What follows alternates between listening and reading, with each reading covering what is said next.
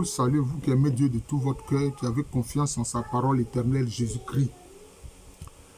Alors, ici, je veux parler des rapports que le Seigneur Jésus-Christ a eu avec les pharisiens et aussi avec les sadducéens. Alors, les pharisiens, ce sont ceux qui étaient au sein des Juifs chargés, n'est-ce pas, d'expliquer la Torah au peuple. La Torah, ce sont les 5 livres, les Genèse, Exode, Lévitique, Deutéronome, etc. Voilà, c'est ceux-là qui expliquaient ça au peuple. Ce sont les pharisiens qui le faisaient. Maintenant, les sadducéens sont censés descendre de Aaron, le frère de Moïse. Et c'est eux qui offraient les sacrifices dans le grand temple de Jérusalem. Et ils étaient aidés par les Lévites, voilà, qui sont aussi descendants de Aaron. Mais le groupe des Sadducéens, eux, ils sont des descendants directs du grand prêtre Sadoc. Sadoc qui a eu à exercer la prêtrise dans le grand temple de Jérusalem. Alors, quels sont les rapports que Jésus avait avec ces personnes-là? Il faut dire que les pharisiens estimaient que Jésus n'est pas de leur groupe. Hein? Vous comprenez? Parce que c'est eux qui enseignaient la Torah au peuple. À travers souvent le Talmud. Aujourd'hui, le Talmud, c'est un regroupement des commentaires justement de la Torah. C'est eux qui enseignent ça au peuple. Aujourd'hui, c'est à travers des rabbins. Alors, Jésus n'est pas l'un de leurs. Deuxième chose, il vient de Galilée, de Nazareth en Galilée. Galilée qu'on appelle le carrefour des nations. Donc, ceux qui sont en Judée là-bas, ils considèrent qu'au niveau de la Galilée, ce n'est pas des juifs purs, entre guillemets. Ceux-là, ils cherchent la pureté partout. En oubliant que la pureté se trouve seulement auprès de Dieu et en Dieu. Vous voyez? Donc pour eux, les gens de Galilée, ils ne sont pas capables, n'est-ce pas, d'être vraiment des vrais enseignants de la Torah. Voilà. D'ailleurs, quand il a été dit notamment à Nathanaël qu'on a trouvé le Messie, le Machia, c'est Jésus de Nazareth. Mais dans un premier temps, qu'est-ce que Nathanaël a dit? Il dit, mais qu'est-ce qui de bon peut sortir de Nazareth? Hein? Parce que pour eux, ils ne pouvaient pas imaginer que le Messie serait de Nazareth, en Galilée. Mais ils oublient que son origine en arrière, par rapport à Joseph, qui était son père adoptif, c'est Bethléem, qui est la ville de David, du roi David. Bethléem qui veut dire la maison du pain. Vous comprenez?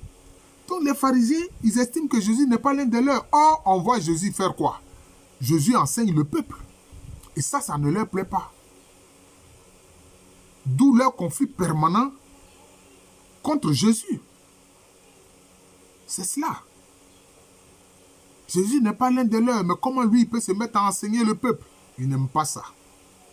Ça, c'était l'un des points fondamentaux qui faisait, je peux dire, le choc entre eux et puis Jésus.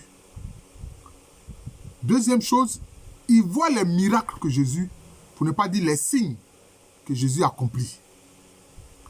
Or, ils savent dans leur fort intérieur que si la personne n'est pas de Dieu, cette personne ne peut pas faire ces signes-là. C'est ça. D'ailleurs, on l'a vu avec l'aveugle né, comment les pharisiens ont réagi, comment les sadducéens ont réagi. L'aveugle né même leur a dit, mais c'est lui qui m'a ouvert les yeux. Je suis né aveugle, mais c'est lui qui m'a ouvert les yeux, c'est grâce à lui que je vois. Et s'il n'était pas de Dieu, il ne pourrait pas faire cela. C'est-à-dire que cet aveugle né qui n'a sans doute pas même fréquenté, je peux dire, l'école des Talmuds, mais il leur donne une leçon théologique. Il leur donne une leçon théologique. Comprenez? Et alors, le reproche qu'eux lui font, c'est de dire que Jésus ne respecte pas le sabbat parce qu'il procède à des guérisons le jour du sabbat, c'est-à-dire samedi. Où Dieu s'est reposé de ses œuvres. On dit bien que Dieu s'est reposé de ses œuvres. Mais eux, ils en ont fait un repos du travail des hommes. Un repos du travail des hommes. Jésus leur a dit, mentation. Vous qui avez donné une autre tournure au Shabbat, c'est comme ça que ça se dit en langue hébreu, le Shabbat. Est-ce que si même votre mouton tombe dans un puits le jour du Shabbat, le samedi, est-ce que vous n'allez pas l'enlever? Vous allez l'enlever. Imaginez encore si c'est un enfant qui est tombé dans le puits. On ne va pas l'enlever. On va considérer que c'est un travail. Le simple fait que Jésus a mouillé de la terre avec sa salive et puis a appliqué sur les yeux de l'aveugle pour lui dire, va te laver à la piscine de Silo. Parce que la piscine de Shiloh, ça veut dire l'envoyé de Dieu. C'était un langage que Jésus leur envoyait comme ça. Jésus leur parlait indirectement à travers ce geste-là. Mais ils ne comprenaient pas. Vous voyez. Parce que ils ont le cœur mauvais. Et c'est pour ça que Jésus a parlé du bon samaritain, la parabole du bon samaritain. Quelqu'un est agressé par des bandits de grand chemin. Le pharisien passe à côté, il n'aide pas la personne, sous prétexte que s'il touche le sang, il ne pourra pas aller au temple. Non, là c'était un sadducéen, je crois, un prêtre, voilà, un sadducéen. Là encore, donc, on aborde le rapport avec les sadducéens. Parce que s'il touche la personne qui est ensanglantée, il se retrouve dans un cas d'impureté. Or, ce qu'ils font, c'est la pureté rituelle. Voilà. Encore un lévite, ceux qui aident donc les sadducéens, lui aussi, il est passé à côté, il n'a rien fait. Et c'est un samaritain. Ce que les juifs considèrent comme ne connaissant pas Dieu.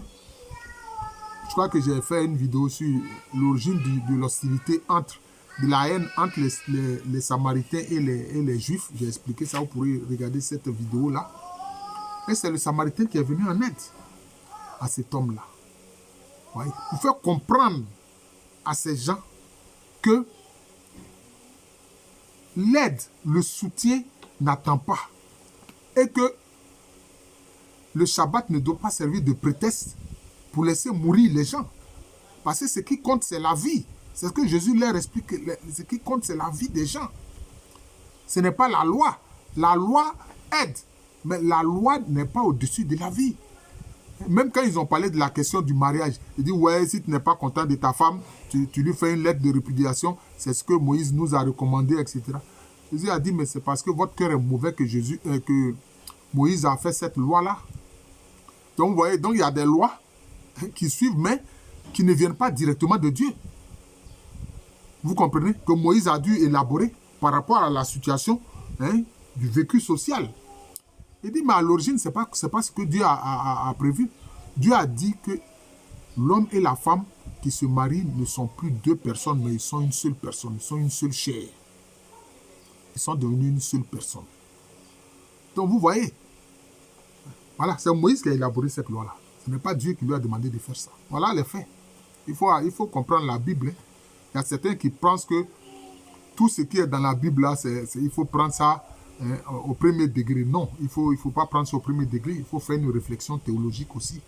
Voilà, pour comprendre. Voilà. Il a dit, c'est à raison de la dureté de votre cœur que Moïse a fait cette loi-là. La loi de répudiation de la femme quand le mari ne veut plus d'elle. Voilà. Donc, et avec les Sadducéens, qui sont donc les grands prêtres. On a vu comment Jésus a réagi quand il est allé dans le temple où il a vu la préoccupation des gens, c'était l'échange de monnaie parce que dans le temple, ils avaient une monnaie spéciale. Donc, ceux qui venaient avec la monnaie romaine, etc., ou d'autres monnaies, il y avait des changeurs qui étaient donc à l'entrée du temple et il fallait passer par eux pour acquérir la monnaie du temple même. Vous voyez. Et puis maintenant, devant le temple, c'était les colombes qu'on vend, les tourterelles qu'on vend, les brebis qu'on vend. C'était vraiment tout un désordre. Et Jésus n'aimait pas ça. Il dit, mais non, vous avez fait du temple simplement un lieu de commerce. Vous voyez? Et c'est comme ça qu'il a donné l'enseignement à la Samaritaine au bord du puits de Jacob pour dire non. Ce qu'il faut, c'est adorer Dieu en vérité et en esprit. Il ne s'agit pas de sacrifier des colombes, sacrifier des tourterelles, sacrifier des moutons, etc. Non. Il faut adorer Dieu en vérité et en esprit. Donc c'est un autre enseignement que Jésus envoie. Et ça, les Sadducéens et les pharisiens n'aiment pas ça. Ils n'aiment pas ça. Et qu'est-ce qui s'est passé? Il y a un pharisien qui est un homme vraiment humble, un grand pharisien qu'on appelle Nicodème, qui est venu voir Jésus la nuit, nuitamment, pour dire, vraiment, je sais que tu es un grand maître, que vraiment, ce que tu fais, les signes que tu fais là, si tu ne viens pas de Dieu, tu ne peux pas faire cela. Et puis Jésus lui a donné un enseignement fondamental auquel nous, qui sommes les disciples du Seigneur Jésus, nous devons faire attention. Il dit, celui qui ne naît pas de l'eau et de l'esprit ne peut pas entrer dans le royaume de Dieu. C'est-à-dire que celui qui ne naît pas de l'eau vive, il s'agit de l'eau vive. Et celui qui ne naît pas de l'Esprit Saint, celui qui ne naît pas de l'eau vive et de l'Esprit Saint ne peut pas entrer dans le royaume de Dieu. Mais Nicodème même a appris ça là. Voilà ceux qui prennent les choses au premier degré. Il dit, mais moi à mon âge là, je suis un homme âgé. Comment je vais entrer à nouveau dans le sein de ma maman pour naître de nouveau? Jésus dit, mais il ne s'agit pas de ça. Il ne s'agit pas de ça. Toi, Nicodème, tu es le grand enseignant du peuple, hein, du peuple juif, et tu ne connais pas cette réalité-là. Hein? Naître de l'eau vive et de l'Esprit Saint. Vous comprenez? Donc c'est ça. Voilà. Mais cela veut dire quoi? C'est accueillir l'Esprit en soi. Accueillir l'Esprit Saint en soi. C'est pour ça que une communauté nouvelle naît avec Jésus quand ses disciples reçoivent le Saint-Esprit. Voilà. Ils reçoivent le Saint-Esprit, cela veut dire quoi? Ça veut dire que Dieu est en eux maintenant. Dieu est en eux. Ce n'est plus la phase comme on le voit avec l'Ancien Testament où Dieu dit, va, je suis avec toi, Abraham, va, je suis avec toi, Joseph, va, je suis avec toi, Jacob, va, je suis avec toi, etc., etc. Non, maintenant, là, Dieu est en toi. Voilà l'enseignement de Jésus-Christ. Et évidemment, bon, c'est les pharisiens et les sadducéens qui occupaient un poste important dans la hiérarchie spirituelle et religieuse des Juifs. Ils ne pouvaient pas accepter Jésus. Surtout que lui, il n'est même pas de la tribu de Aaron. Il ne descend pas d'Aaron.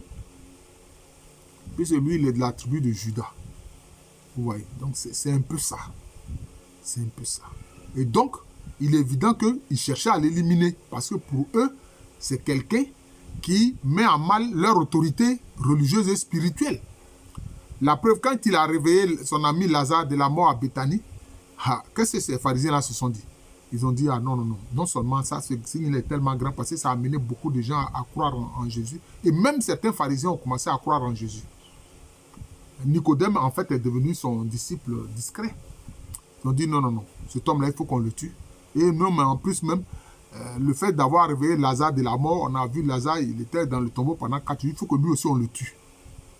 Voilà. Donc, voilà un peu les rapports difficiles que Jésus a eus avec les dirigeants spirituels et religieux de l'époque. Malheureusement aussi, il faut qu'on le dise, dans le parcours de certains saints, dans la géographie, c'est-à-dire que la vie de certains saints, c'est ce qu'on appelle la géographie, on a vu certains saints qui ont été confrontés aux dirigeants de l'Église, même de l'Église catholique, ça c'est la vérité, il faut qu'on se le dise. Certains saints ont été confrontés aux prêtres, etc., de l'Église. Voilà. C'est cela. Voilà. Plus près de nous, on a vu Padre Pio, qui a subi des sanctions, etc. Parce que lui-même, en fait, lui-même aussi, il était prêtre, voilà. Parce que quand tu commences aussi à faire beaucoup de signes, comme le Seigneur, parce que au sein des saints, là, il y a eu des thaumaturges, voilà, des gens donc, qui font des miracles, voilà. Quand c'est comme ça, bon, ça provoque l'hostilité de certains prêtres, certains évêques, etc. Et là, quand c'est comme ça, on te soupçonne, bon. Mais en fait, il y a un tribunal ecclésiastique, on peut toujours mener des enquêtes, mais quelquefois, bon, on prend des mesures même avant d'avoir mené les enquêtes. Et ça, c'est vraiment malheureux. Donc voilà le Seigneur Jésus-Christ qui a eu des rapports difficiles vraiment avec les Sadducéens, les prêtres et puis les pharisiens, ceux qui enseignaient la Torah. Voilà. Alors qu'on a vu Jean-Baptiste, le précurseur, dans son humilité, il a dit quoi? Il faut que Jésus grandisse et que lui, il diminue. Voilà, c'est ça, c'est cette bonne attitude-là. Voilà, cette grande attitude d'humilité dans la connaissance de Dieu. Voilà, je suis le frère Jean de l'amour de Jésus. Jean de l'amour de Jésus, c'est mon nom spirituel et c'est le nom aussi de cette chaîne YouTube qui parle de spiritualité. Je vous invite à vous y abonner et à partager les enseignements que je donne. Voilà. Merci et bonne journée à tous.